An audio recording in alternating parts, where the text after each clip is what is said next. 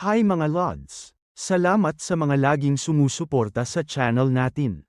Naisip ko na magpa-raffle sa inyo para naman ganahan kayo lalo. Ang kailangan nyo lang gawin ay mag-comment, share, at like sa mga video na lalabas simula August 1. Pagdating ng August 30 ay pipili ako ng random video na nilabas ko sa buong August at doon ako kukuha ng 6 na mananalo. Makakakuha ng 200 Gcash ang 5 mapipili at ang isang maswerte naman ay makakakuha ng 500 Gcash.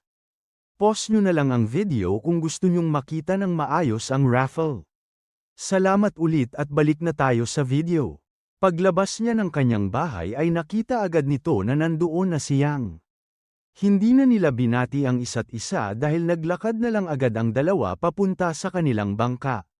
Sa isang gubat, magalang na tinawag ng isang lalaki ang nakita niyang babae dahil meron daw siyang itatanong. Dahil mukha namang mabait ang lalaki ay pinansin ito ni Yeri at tinanong kung ano ang kanyang kailangan. Sinabi nito na hinahanap daw niya ang bahay ng isang fighter na nagligtas sa buhay ng kanyang kapatid. Ang sinabi sa kanya ng kanyang kapatid ay isa daw itong lalaki na magaling sa martial arts na merong malaking katawan at magandang mukha.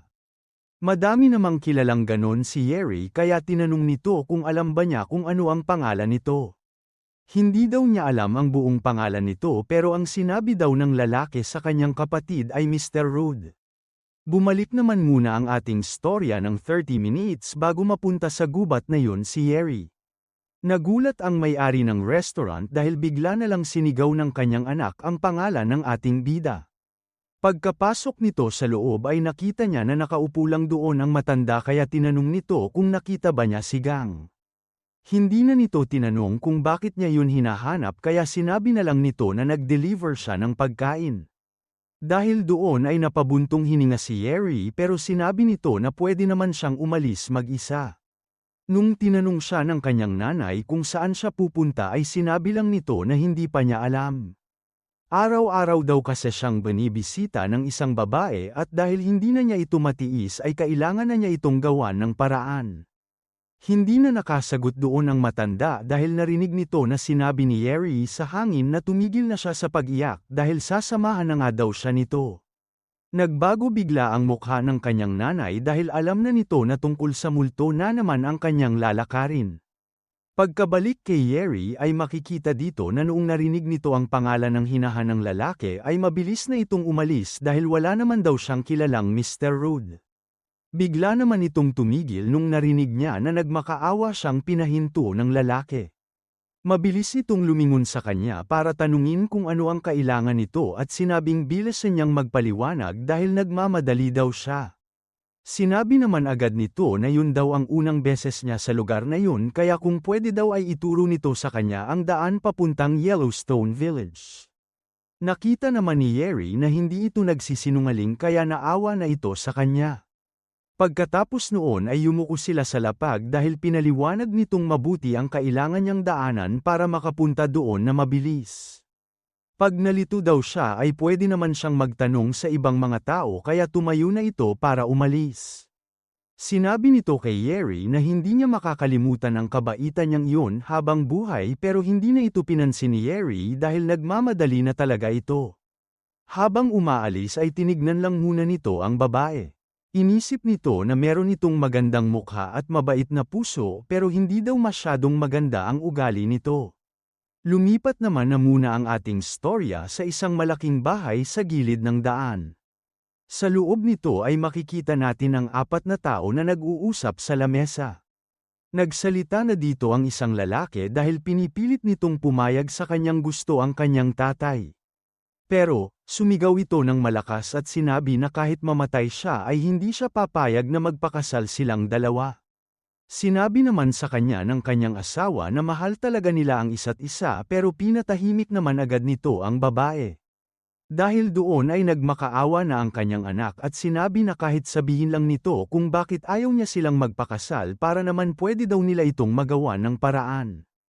Para matapos na ang usapan ay sinabi na lang nito na wala siyang kahit na anong nagustuhan sa babaeng iyon. Natigil naman ang kanilang pagtatalo nung bigla na lang pumasok doon si Yeri. Naglakad ito papunta sa apat at tinanong kung yun ba ang bahay ni Mr. Kim.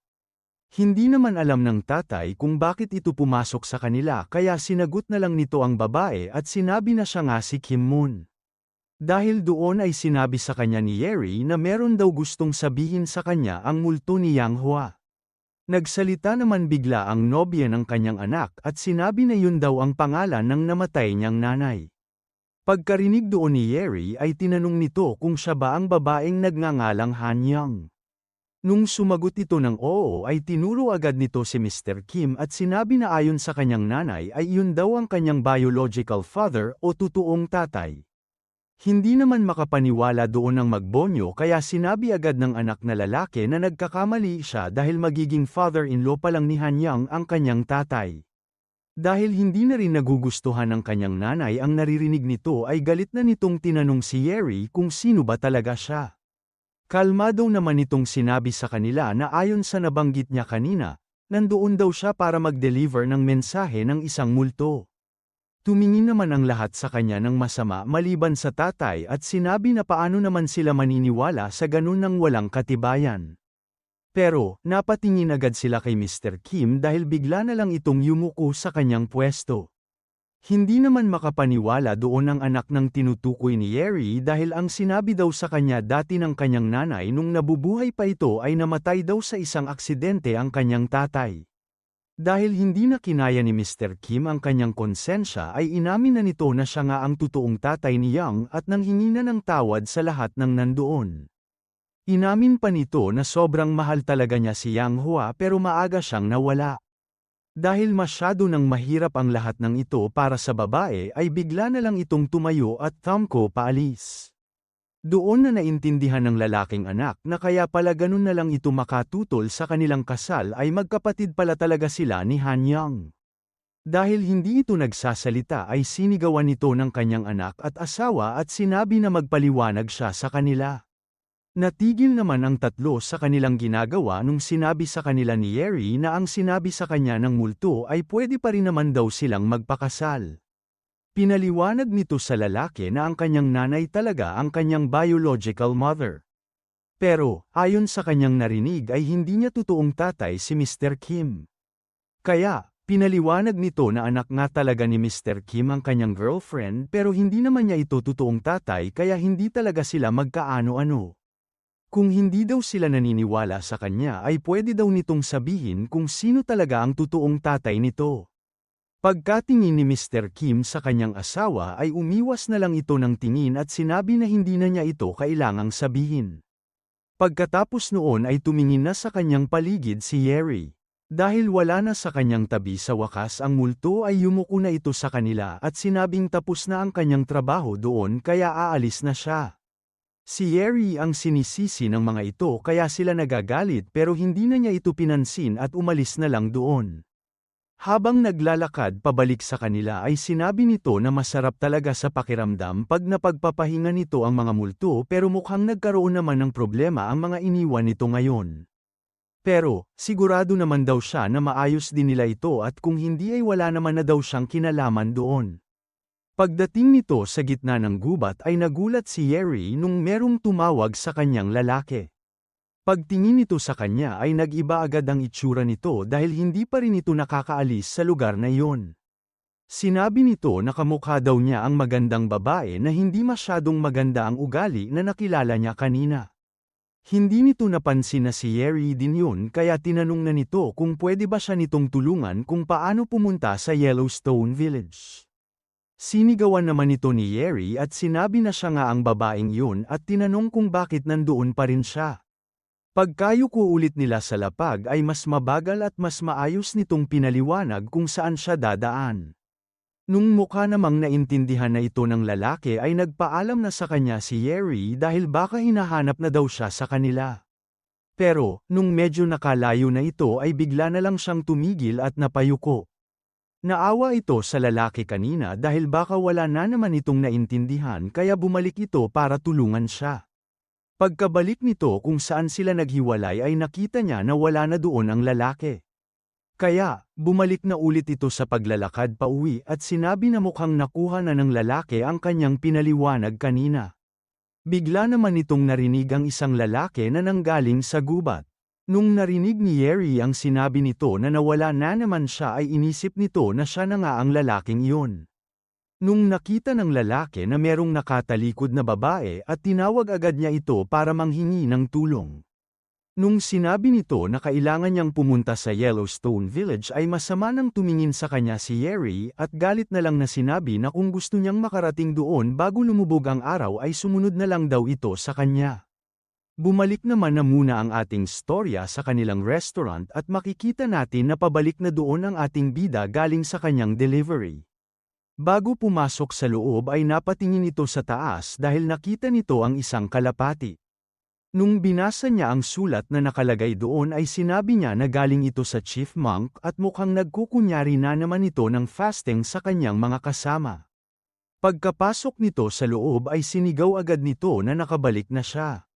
Sinabi naman agad sa kanya ng may-ari na wala doon siya Yeri dahil meron daw itong importanteng pinuntahan. Tatanungin pa lang sana niya kung ano ang ginawa nito pero bigla na lang pumasok doon ang mga tao para kumain.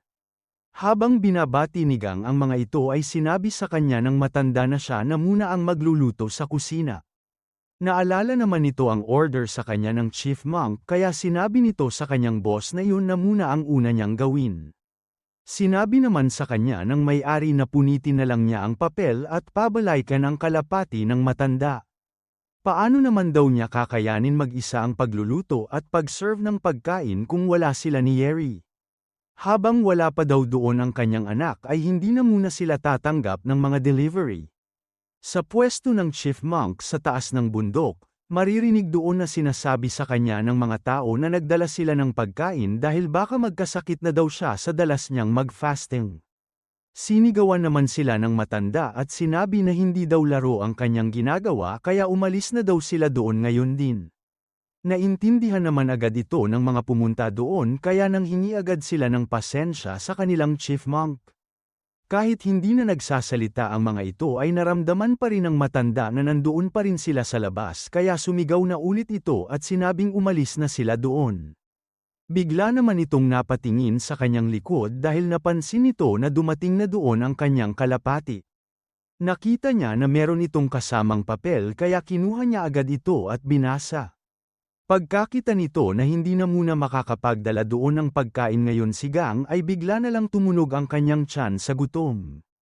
Pagkatapos noon ay sinabi nito sa mga tao sa labas na dahil nag-effort sila para magdala ng pagkain ay kukunin na daw niya yun para hindi ito masayang. Pero, walang sumagot sa kanya dahil sinunod na siya ng mga nandoon at pinabayaan na siyang mag-fasting mag-isa. Bumalik naman na ang ating storya kila Yeri at habang naglalakad sila ay tinanong siya ni Mr. Warrior kung malayo pa ba sila sa Yellowstone Village. Sinabi naman nito sa lalaki na hindi nito kailangang mag-alala dahil malapit na sila. Napatingin naman sandali kay Yeri ang warrior dahil sa kagandahan ng loob niya. Kaya, ngumiti ito at sinabi na hindi daw niya alam kung paano siya nito pasasalamatan. Nung tatanungin na nito ang kanyang pangalan ay bigla na lang siyang tinawag ng kanyang kasama. Muntik na naman kasi itong mawala dahil sa pagsasalita niya kaya sinabi sa kanya ni Yeri na tumingin na lang ito sa kanya at sumunod. Makalipas lamang ang ilang sandali ay bigla na lang tinawag ng isang lalaki ang pangalan ni Yeri kaya napatingin ito sa kanyang direksyon. Nung nakita ito ng babae ay nakilala agad nito si Mr. Huang. Ngumiti naman sa kanya ang matanda at tinanong kung ano ang ginagawa niya sa lugar na iyon. Sinabi nito na meron lang siyang sinasamahan at tinanong din kay Mr. Huang kung ano ang ginagawa niya doon. Pinaliwanag naman sa kanya nito na normal lang na pumunta sa gitna ng kagubatan ang mga ginseng diggers. Pagkatapos nilang magkamustahan sandali ay nagpaalam na rin ang mga ito sa isa't isa. Paglabas nila ng gubat ay tinuro na ni Yeri sa lalaki ang dalawang malaking bato na nakatayo at sinabi na iyon ang entrance ng Yellowstone Village. Habang naglalakad paalis ay sinabi nito na sundan na lang niya ang daan at pag nawala siya ay tignan lang niya ulit ang dalawang malaking bato. Nung pinahinto siya ng warrior ay tinignan agad niya ito ng masama at tinanong kung hindi pa rin ba niya iyon kaya. Napangiti naman ito sa sinabi ng babae at pinaliwanag na hindi naman siya ganon kababo. Yumuko ito sa harap ni Yeri at sinabi na gusto daw sana siya nitong ilibre ng pagkain dahil sa kanyang mga ginawa para sa kanya. Bago pa siya makasagot ay sinabi nito na yon na siguro ang huli nilang pagkikita kaya kung ayos lang ay pagbigyan na daw sana siya nito. Napabuntong hininga naman doon ang babae pero pumayag na rin ito dahil mukha naman daw seryoso ang warrior. Dahil doon ay nagpasalamat agad ito habang tinatawag siyang Miss Ye. Nung tinanong nito kung saan naman niya yun nakuha ay narinig daw nito kanina ang matanda na tinawag siyang Yeri. Dahil hindi pa sila close ay sinabi nito na ang kanyang apelido ay Song kaya yun na lang daw muna ang kanyang itawag sa kanya.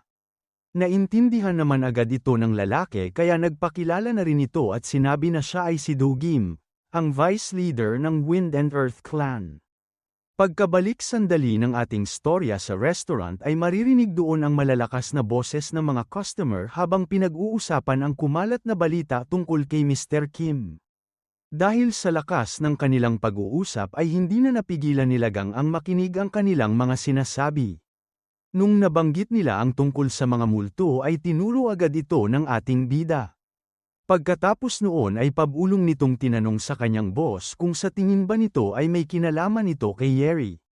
Nung sinabi nito na posibleng siya ngayon ay inisip agad ni Gang na kanina pang umaga iyon nangyari.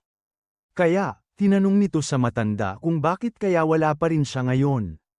Hindi naman masyadong nag-alala ang kanyang nanay at sinabi lang na baka meron pa itong ibang pinuntahan pagkatapos noon. Pagkabalik kila Yeri ay makikita natin na dumating na ang dalawa sa isang restaurant para kumain. Naalala naman nito ang unang sinabi sa kanya ni Gim na ang pangalan daw ng nagligtas sa kanyang kapatid laban sa mga assassin ay Mr. Rude. Nung sinabi nito kanina na meron itong malaking katawan, magandang mukha, at magaling na martial arts ay naisip agad nito ang ating bida. Pero, hindi naman daw ata yun si Gang dahil sobrang layo ng kanyang pangalan sa Mr. Rude. Habang umiinom ay makikita natin na bigla namang napatingin si Gim kay Yeri. Namula bigla ang mukha nito dahil inisip niya na sobrang ganda daw talaga ni Miss Song. Kaya, umubo ito bago magsalita at sinabi na alam daw niya na ngayon lang sila nagkakilalang dalawa. Sasabihin sana nito kay Yeri na ang sa tingin daw niya ay mahal na ata siya nito pero bago pa niya yun masabi ay dinura na sa kanya nito ang kanyang iniinom. Pagkatayo ni Yeri ay tumingin agad siya ng masama sa lalaki kaya nagpalusot agad ito at sinabi na nagbibiro lang naman siya.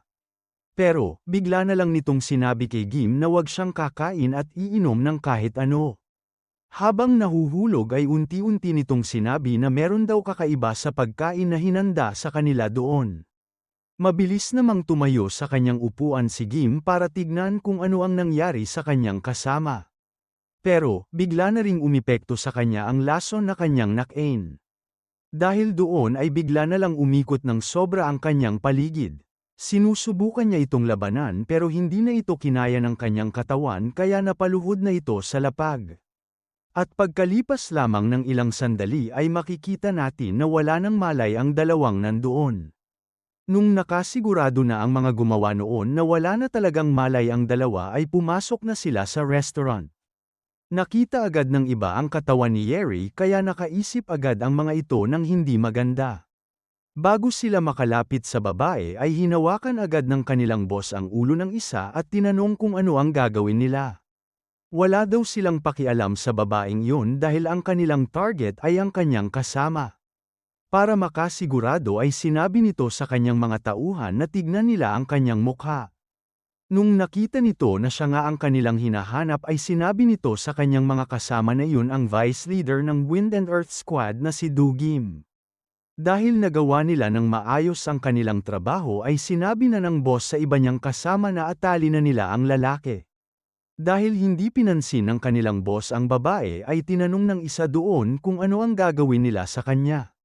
Habang tinatali ng iba si Gim ay sinabi nito na patayin na daw nila ito para wala nang maghanap pa sa vice leader. Nung nagreklamo doon ang lalaki ay lumingon agad sa kanya ang boss dahil hindi nito gusto na hindi siya sinusunod agad. Nagulat naman ito nung bigla na lang tumama sa kanya ang katawan ng dalawang lalaki.